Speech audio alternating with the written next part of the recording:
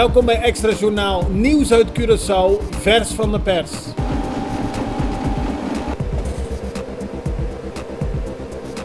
En dit is het nieuws van vandaag. Een historische dag vandaag op Curaçao. Bijna alle patiënten van het Sint-Elisabeth Hospitaal gaan over naar het Curaçao Medical Center. Naar de opening van het nieuwe ziekenhuis wordt op het eiland al lang uitgekeken. Het oude ziekenhuis is 164 jaar geleden opgericht door Nederlandse kloosterzusters, maar is nu oud en kent door geldgebrek veel problemen. Toch was het nog even spannend, want pas gisteravond laat kon groen licht worden gegeven voor de overgang van de patiënten. Dit vanwege problemen met de telefoonlijnen. Die werden echter op het laatste moment gerepareerd. Voorlopig blijven nog 3 afdelingen in het oude ziekenhuis operationeel, omdat die nog niet zijn afgerond in het nieuwe ziekenhuis. Extra deed vandaag op haar Facebookpagina uitgebreid verslag van de bijzondere dag.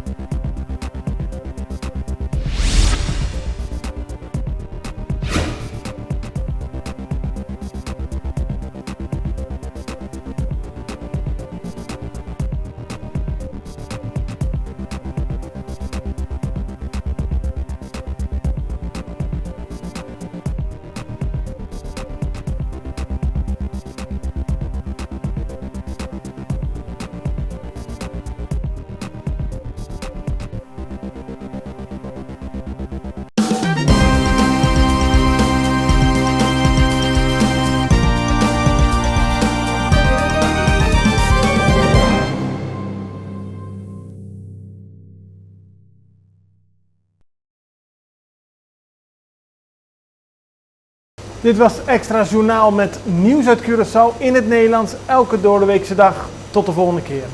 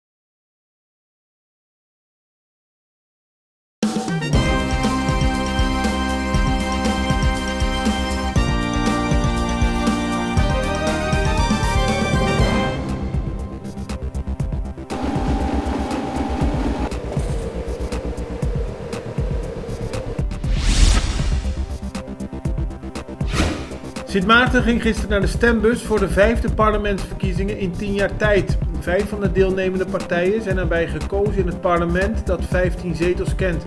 National Alliance won met 6 zetels. De UP Party deed het wellicht minder goed dan verwacht en behaalde 4 zetels. Nieuwkomer Party for Progress deed het goed met 2 zetels en ook de US van de van corruptie verdachte Frans Richardson behaalde 2 zetels. De United Democrats scoorde lager dan verwacht met maar 1 zetel. De voormalige coalitiepartij Sint Maarten Christian Party en de PPA van Cressida Arendel haalden niet genoeg stemmen voor een zetel. Bij de verkiezingen in Sint Maarten is in totaal maar 59% van de stemgerechtigden naar de stembus gegaan. Dat aantal is nog nooit zo laag geweest. In 2014 stemde nog 70%, daarna werd de interesse per verkiezing minder. Als gevolg van politieke verschuivingen kende Sint Maarten in de afgelopen 10 jaar 9 verschillende regeringen. Onrust bij bejaardenzorginstelling Virgen de Rosario. De directie is overgestapt naar een andere pensioenverzekeraar en dat heeft tot heel veel vragen geleid bij de 250 werknemers. Gisteren organiseerde vakbond CBV een zogenaamde walk-out onder werktijd. Vandaag houdt de vakbond een vergadering voor de werknemers die vragen hebben. De oud-minister van Financiën van Curaçao, George Jamaluddin, moet zich op 30 april weer melden bij de rechtbank voor een zogenaamde proforma-zitting van zijn hoger beroep. Hij is in beroep gegaan tegen een gevangenisstraf van 28 jaar. Gisteren werd tijdens de eerste proforma-zitting besloten op 30 april verder te gaan. Jamaluddin was zelf niet aanwezig bij de behandeling, wel zijn advocaat. Gisteren is tijdens het Interparlementair Koninkrijksoverleg IPCO onder meer gesproken over duurzame energie. Daarbij is vanuit de Arubaanse delegatie benadrukt dat Aruba en Curaçao wellicht kleine landen zijn, maar dat ze wel degelijk kunnen bijdragen aan een beter milieu in de wereld en daarbij duurzamer moeten handelen. Vandaag is de afsluiting van de IPCO onder meer met een persconferentie. Het Openbaar Ministerie is eind vorig jaar begonnen met een campagne om geweld te voorkomen op scholen en conflicten onder jongeren anders op te lossen. Jongeren leren op school hoe conflicten kunnen worden opgelost door restorative practices. De campagne loopt al sinds eind vorig jaar, maar is geïntensiveerd als gevolg van de eerste 2 moorden van 2020.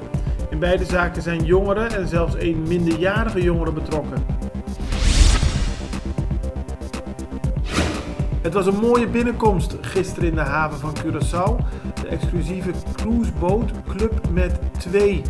De boot heeft 5 majestueuze masten en veel mensen waren naar de haven gekomen om de boot binnen te zien komen.